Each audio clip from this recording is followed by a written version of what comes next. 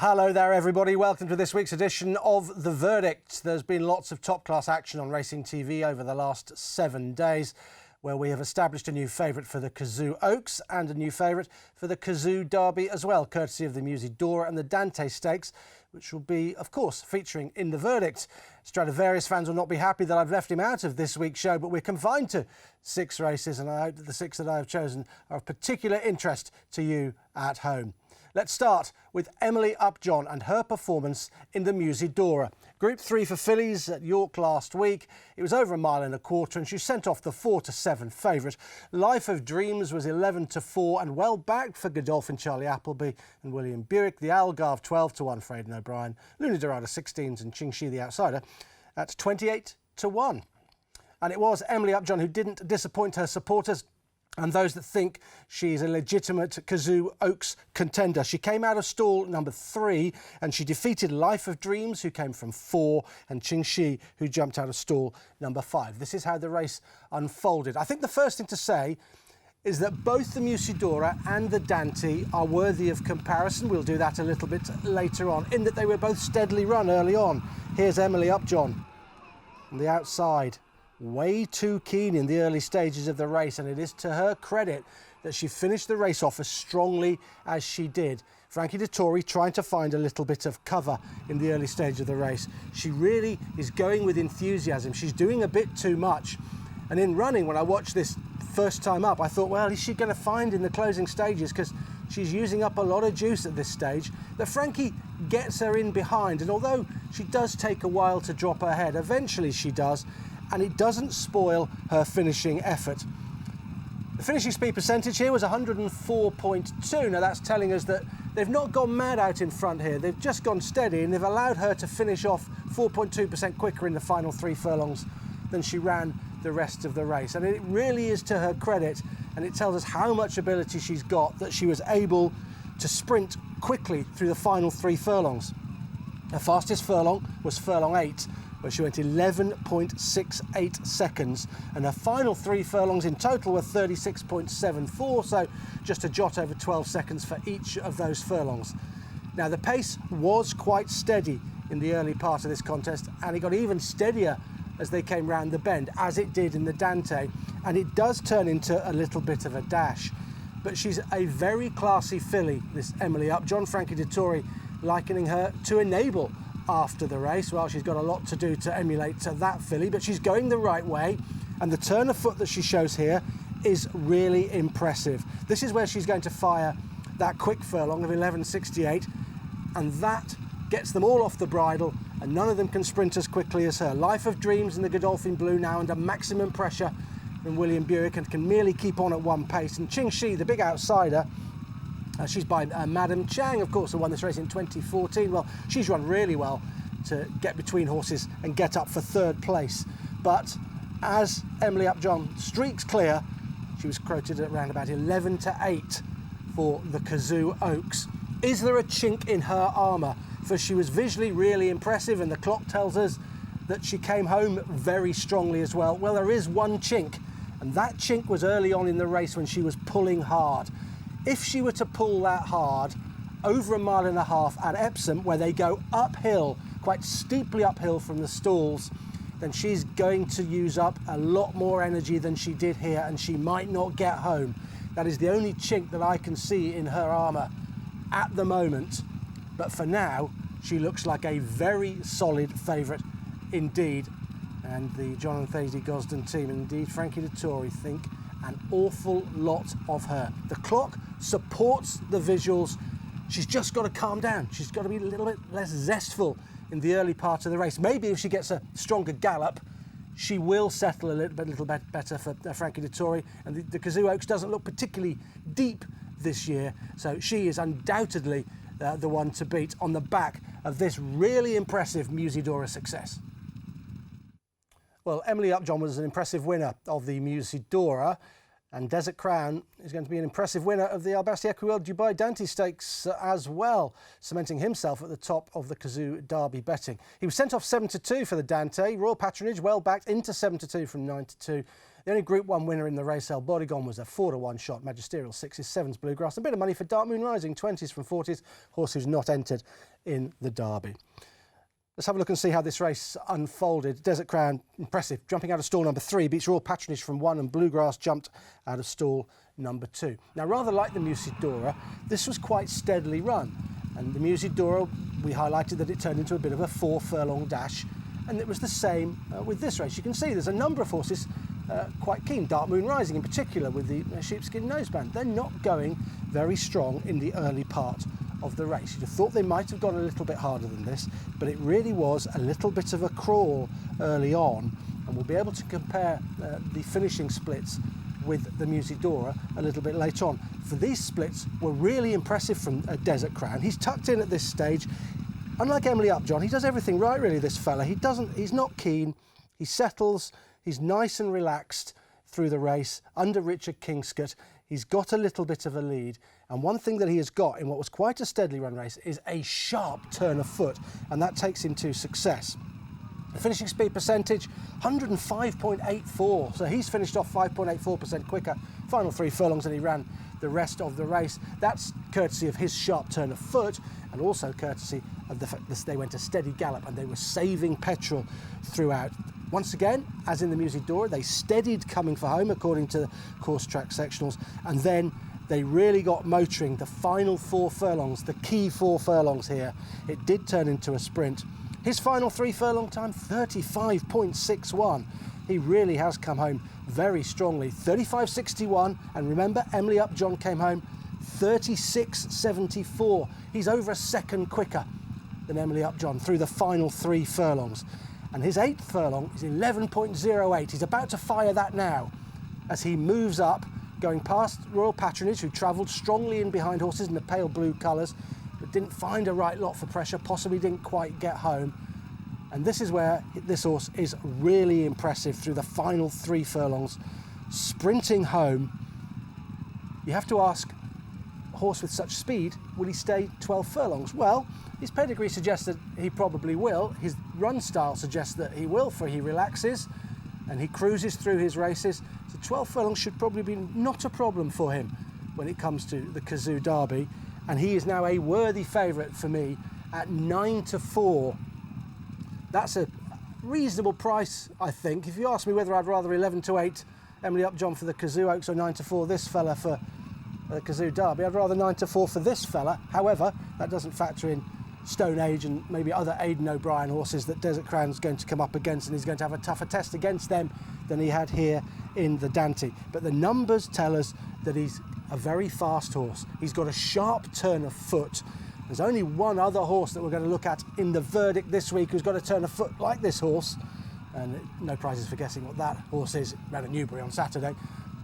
Desert Crown, Derby favourite currently, wins what was a race that turned into a 4-furlong dash, and it was run almost identically to the Musidora, and they are worthy of comparison. Certainly the closing stages are.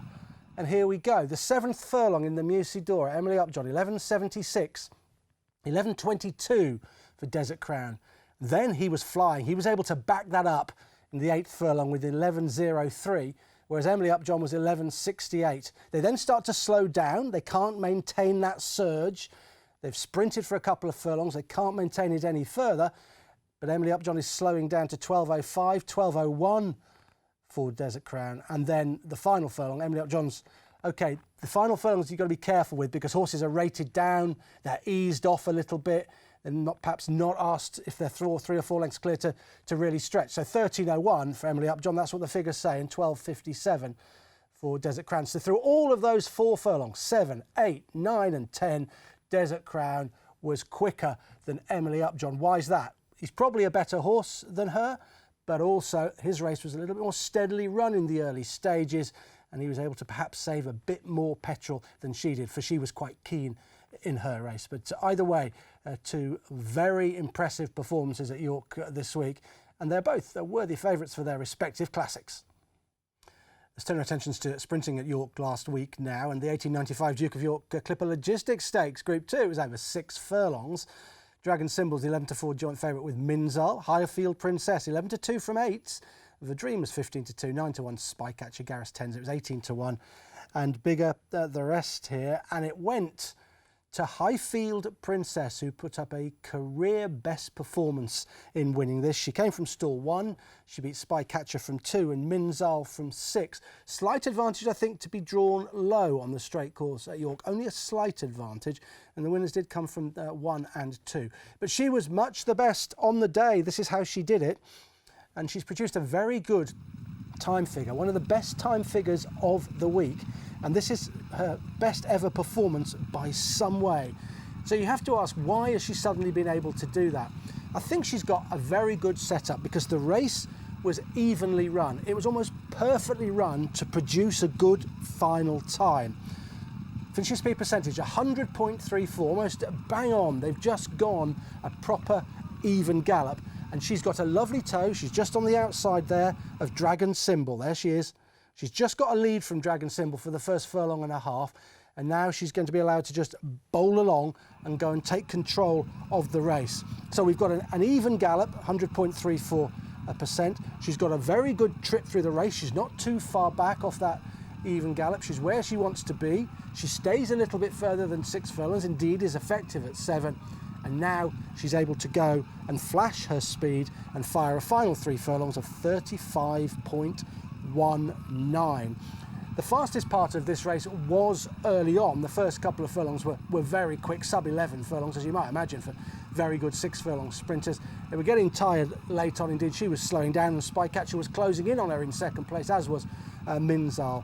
But she was better placed than them through the race. She got a lovely toe, she got a great tempo to go at, and because she got all of that, she's able to produce a very fast time, a career best effort, 1:10.62.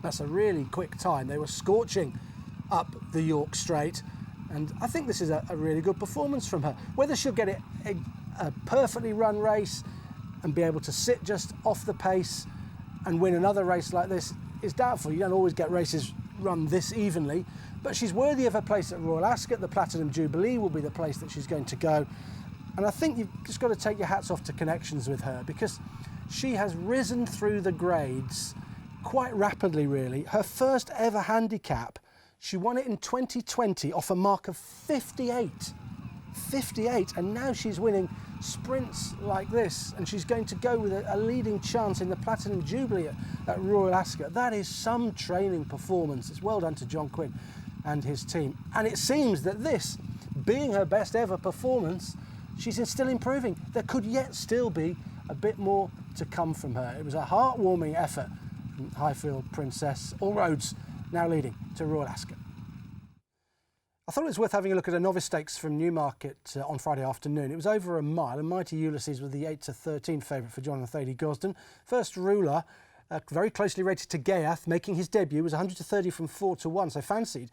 Devoted Poet was 9-2 and 17-2, and bigger the rest. And it was Mighty Ulysses who didn't disappoint odds on backers from stall 8. Devoted Poet from 7 second, First Ruler was third from stall number 5. This is how the race unfolded. I thought he was pretty impressive here, Mighty Ulysses. He featured in the verdict a few weeks ago when we looked at the blue ribboned trial at Epsom, where over a mile and a quarter, he was way too keen under Frankie Dettori. Remember him pulling up the hill, got to the top of the hill, he was still reefing and pulling, and then he cruised up to the leaders 2 furlongs out before emptying very quickly and couldn't manage to finish in the frame there, dropped back to 5th in the closing stages. But here, back to a mile, with a hood fitted, he's much more relaxed.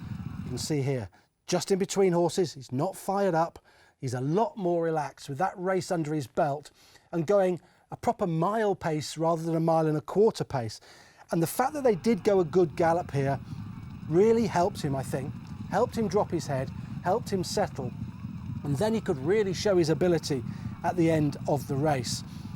His final splits were pretty impressive. Now, this was a day when you really wanted to race against the rail at Newmarket. That really was the place to be. He couldn't get there, Devoted Poet got there, but he still quickened up and he put them away very quickly. Final 3 furlongs, 35.31.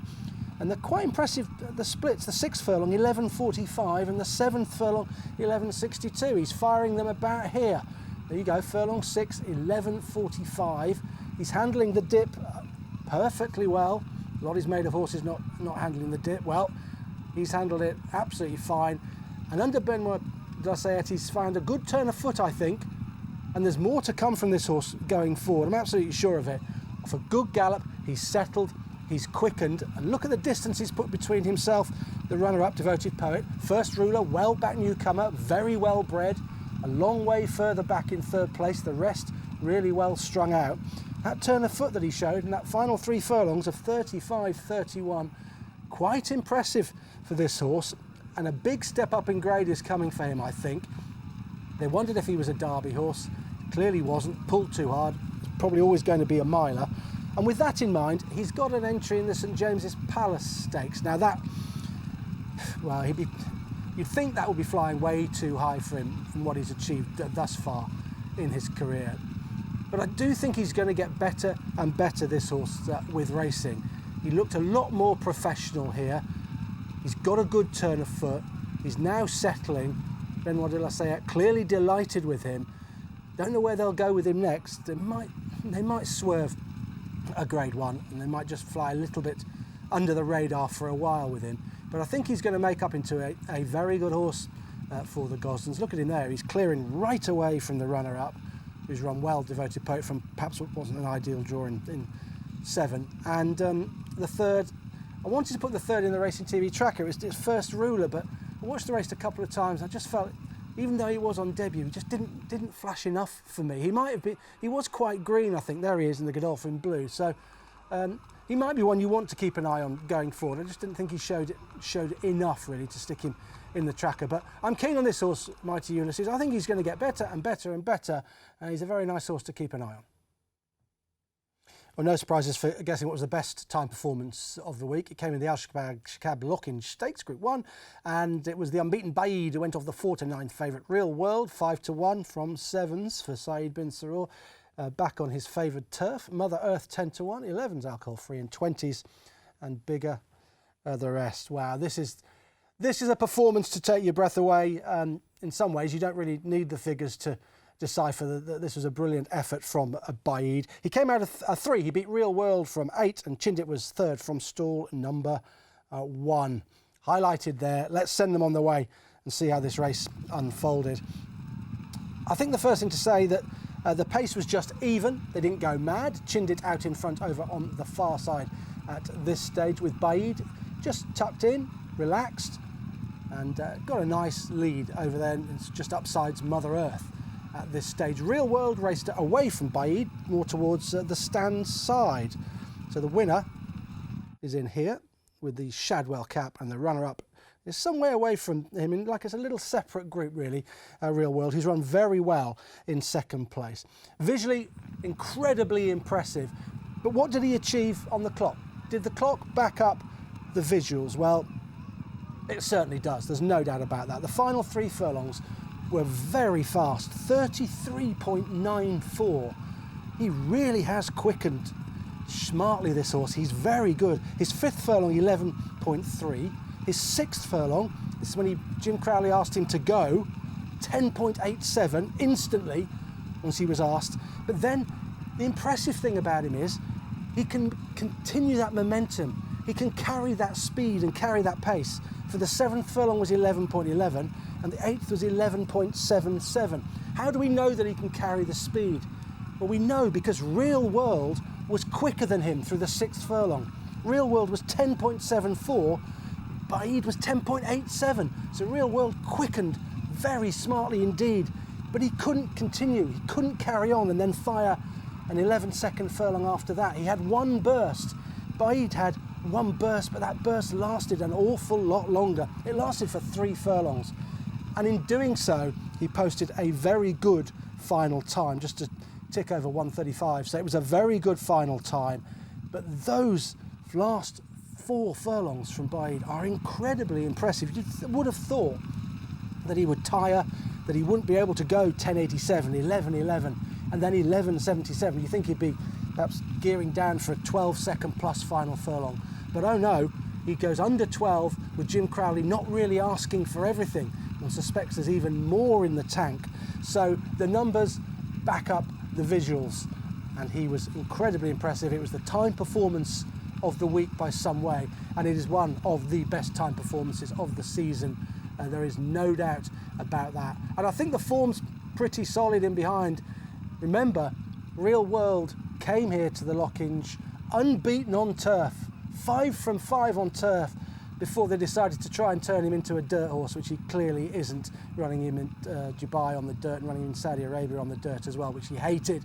But he's given his running, and the sectionals that he's fired suggest that he was all there. The best Real World turned up, but he's thrashed by Baaeed. He'll go to the Queen Anne now as the odds-on favourite, and he's going to be incredibly hard to beat. It may be semantics, I think it probably is, but his winning time was quicker than Frankel when Frankel won his Lockinge. Different day, different conditions, different weather, etc. But it's just something to note, for he's been mentioned in the same breath as Frankel by some scribes after the race. What a racehorse, unbeaten so far, and he could go through the season that way as well. The BetVictor London Gold Cup Handicap is often a race to follow, and I think this year is no exception whatsoever. It's over 1.25 miles, and Israr was the 3-1 favourite. Red Vineyard was 9-2, along with Mr. Big Stuff, Surrey Miss Sevens, and Sevens Wineglass Bay 12-1, and bigger the rest. And it was Israr who prevailed. He jumped out of stall number 12, and he defeated Surrey Mist from stall number 8, and back in third place Zoom from stall 13. I wanted to include this because I think Israr is a better than the Bear Result, a good deal better, and I think Zoom is as well. They both came from wide stalls and they both got bad trips. Israr from 12th and the Zoom from stall number 13. And here they are. We'll pick them out at this stage. And you see they are very wide. And Zoom's jockey keeps looking to his left and trying to get tucked in, but he never really gets in, and he's always forced wide. And Israr, well, Jim Crowley just takes his medicine and thinks, well, I was drawn wide, I want to drop this horse in. And he's a little bit green still. Look, he's just off the bridle there, Jim, just niggling away at him. And he's now dropped to last. Zoom still wide. He's 3 wide. He needs upgrading a good deal, Zoom, from this performance. And I think he's one horse that will win out of this race. Now, why did Israr win when he got such a bad trip? Well, he won because they went a good gallop. They went very solid, strong gallop, courtesy of Ryan Moore on Luminous Light, who drops right away in the closing stages, getting very tired. And I think the principals have been sucked into the race, really. The first and second are quite a long way back here.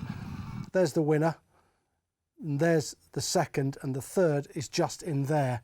So there's, what, 6 horses in front of them that don't feature late on, apart from Wineglass Bay, but he sat in 4th or 5th at this stage, and he runs a good race. But I think it was just strongly run, and you had to come from off the pace. He finished the race strongly. 7th furlong 11.81, his 8th 11.7, and the 9th 11.98. So he's picked up in good style. His finishing speed percentage 104.73.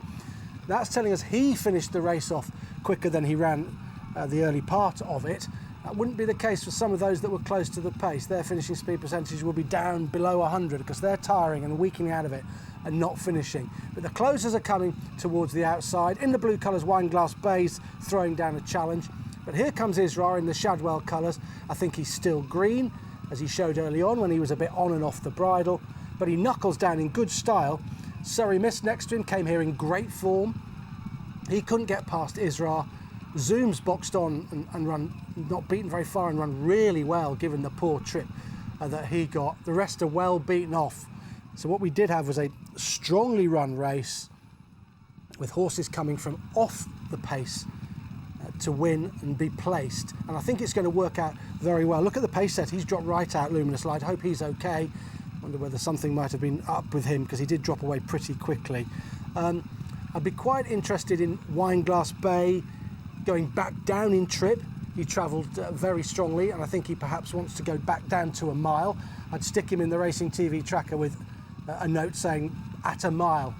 Wineglass Bay could be very interesting indeed. And Israr, what of Israr? Where's he going to go? Well, it's hard to know what they're going to do with him, but I'm going to say that I think he's better than the Bear Result here, given the trip that he got, given from where he had to come from. There was some trouble down on the inside. Some horses not necessarily getting a run, but Israr probably just best on the day, with more to come. I think Jim Crowley, when he was interviewed afterwards, was suggesting that he's something of a work in progress. We might see him at Royal Ascot. It's possible that he could go there, but I think he's a nice horse going forward. And what was a really good day for Jim Crowley. It's been a good week for him as well. A really good day for Shadwell, with Baaeed winning. And it's also been a fabulous week for the William Haggis team. He's had a fantastic time of it with his horses. So that's it for the verdict this week. I hope you've enjoyed what we're able to bring you. A Cazoo Oaks favourite, a Cazoo Derby favourite now, and those races I think were worthy of comparison, particularly the closing splits. Just about the best performance of the season so far, when Baaeed took the Shaqab Lockinge Stakes, and some horses to follow throughout the programme this week. I'll see you again next time around. Thanks for watching. See you soon.